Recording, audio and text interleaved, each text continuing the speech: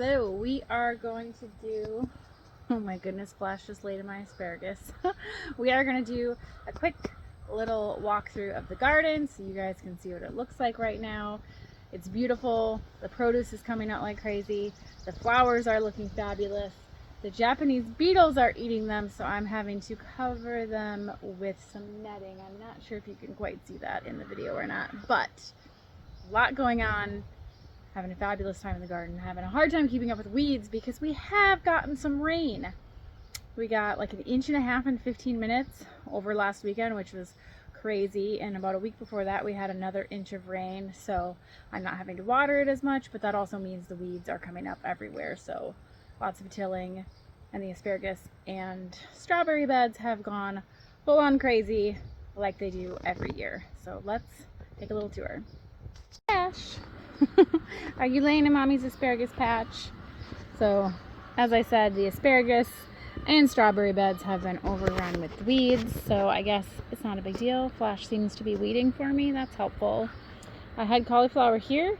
We have actually eaten all of that, and then I pulled up the marigolds that were on the ends just because then I can have a straight path to till. Zinnias, of course, are looking fabulous. Some of these are about done, and I will trim them back, which will encourage new shoots. And I'm not sure if I've said it before, but when you're growing zinnia, I'm sure most of you know this, if you pinch them off when they get about their second set of true leaves, they'll start sprouting like this from both sides, and you'll end up with more blooms. They'll still do that if you kind of cut them as they go, so long as it's early in the season and they have time, but that's how I kind of keep my zinnias in a continual bloom all season. The catnip is going to seed like crazy. I still have some beautiful lilies. Hollyhock's also going to seed. I need to collect those, but some of them are still blooming. A bunch down by the road are blooming, but we're not going down there in this video. Of course, the hollyhocks get rust really bad and little like beetles that like to chew on them, but oh well, look at all these seeds. I think I'm going to come back out here with a bag and collect some of those after I do this. The anise, hyssop anise, I can never remember which way it is. Whatever it is, it smells like black licorice, and it's a forest of it. I'm going to have so many seeds. Ooh, there's a little hummingbird moth over there. I don't know if you could see him. It's a teeny little one. Hi, little guy. Oop, and bye. Lizanthus looking great. I checked on Google to see where I can find some seeds from them, because these ones I had started from the Amish. It looks like Back to Eden Garden seems to be one of the few companies that offer Lizanthus seeds. So I am going to be investing in some of those. Chamomile, I really need to deadhead or save and eat them, you know, whatever, use them for tea.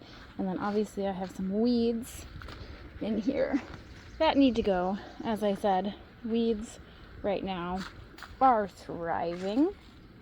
The cucumbers are great. We just made more pickles today. These are all survival garden seeds pickles. Well, cucumbers, which will be pickles. Dan's dad calls them pickles because that's what they are. So now I just took to calling them pickles. But as you can see, there is also a few ready to go again. And while I'm thinking about it, Survival Garden Seeds has just released their fall garden collection. So this is like cool weather crops that are great for starting now and then for your fall garden. So I will make sure I add in my link in the description, a link to their website. I have a 10% off discount code. So if you are looking for fall garden seeds, they've got a great selection. And then they've also got a couple other, the Homesteaders, the Home Garden, and Farmers collection. You guys saw me unpack the Home Garden collection, I think. I can't remember. Early this spring, which was 30 different varieties of seeds. Carrots came from them, peppers came from them, my cabbages came from them, my eggplant came from them, my broccoli came from them. What else? So many things. A bunch of my tomatoes, a bunch of the summer squashes, and a few winter squash varieties that are over in Dan's garden. Some wildflower seeds, so many things, and the germination rate on everything was outstanding, and their collections have a really good price point for how many varieties of seeds you're getting, and then plus 10% discount. So I would definitely check those out if you are looking for, you know, your fall garden seeds or seeds for next year. This little planter is doing fabulous. I maybe overfilled it a little bit, but I mean, look at how cool that looks. Worth it. And then I would love to get a few more of these because I think it looks cool. Morning glories that I put in there are, obviously it's too late in the day right now, but they do have a bunch of blooms. As I said, my peppers are doing fabulously. Most of these were from Survival Garden Seeds, and then there's a few that I had purchased as well. Ooh, my okra, which we ate okra the other night, Survival Garden Seeds. I'm like thrilled with the germination rate and just how well everything's producing. Now you can see I have my flowers. See, look at, he's trying to get in there. These dang Japanese beetles. I will put these bags in my Amazon shopping list thing under my gardening section in case you guys need these. They're great for flowers and also for fruit if you just have anything that you want to keep the bugs off of. I get really sad when the Japanese beetles come through and destroy my roses and my dahlias. So this is what we are doing, and as you can see, this is one that has been left out that they've chewed on, and the rest of them that I have bagged up, they look great.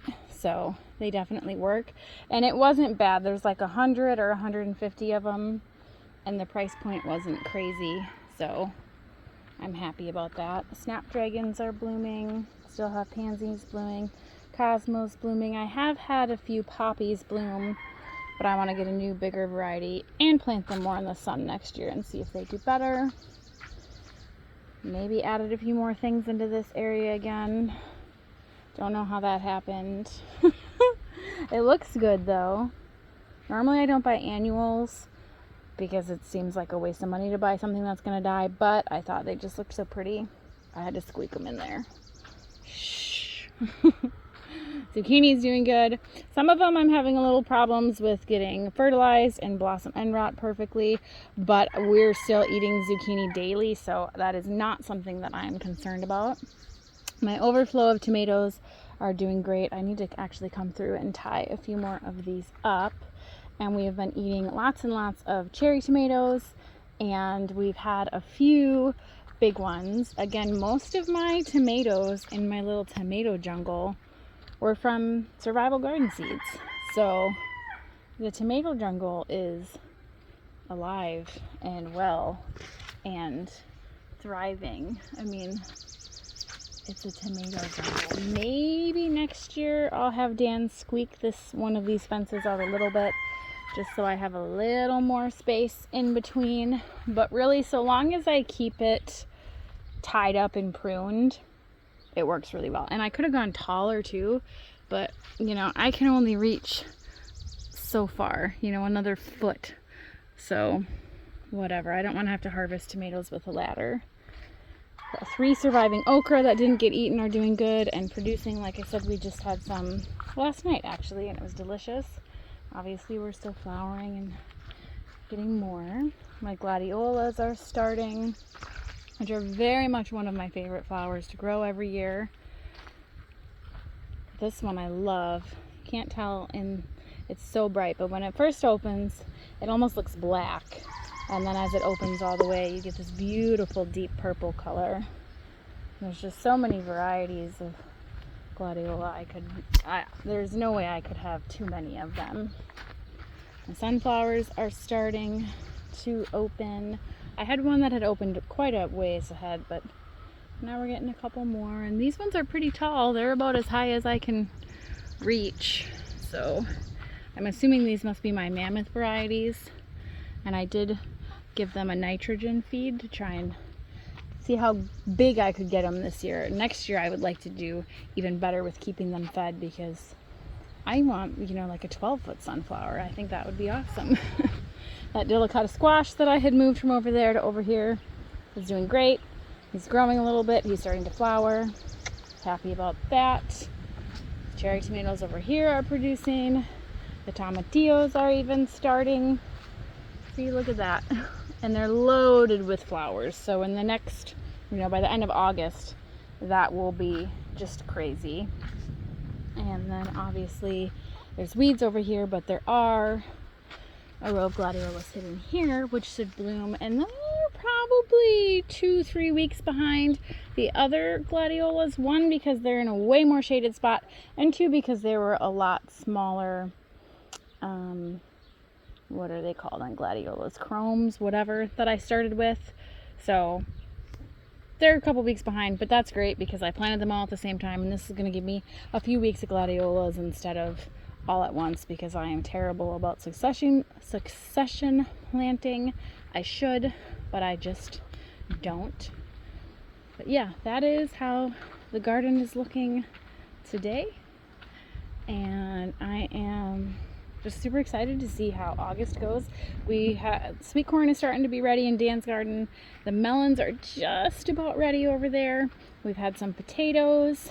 We've harvested some onions, and some of the hot peppers over in his garden are definitely ready. Ooh, and we've been eating patty pan squash, also known as scallop squash. So the gardens are just in full production mode, and between August and like the end of September, it's gonna be nuts.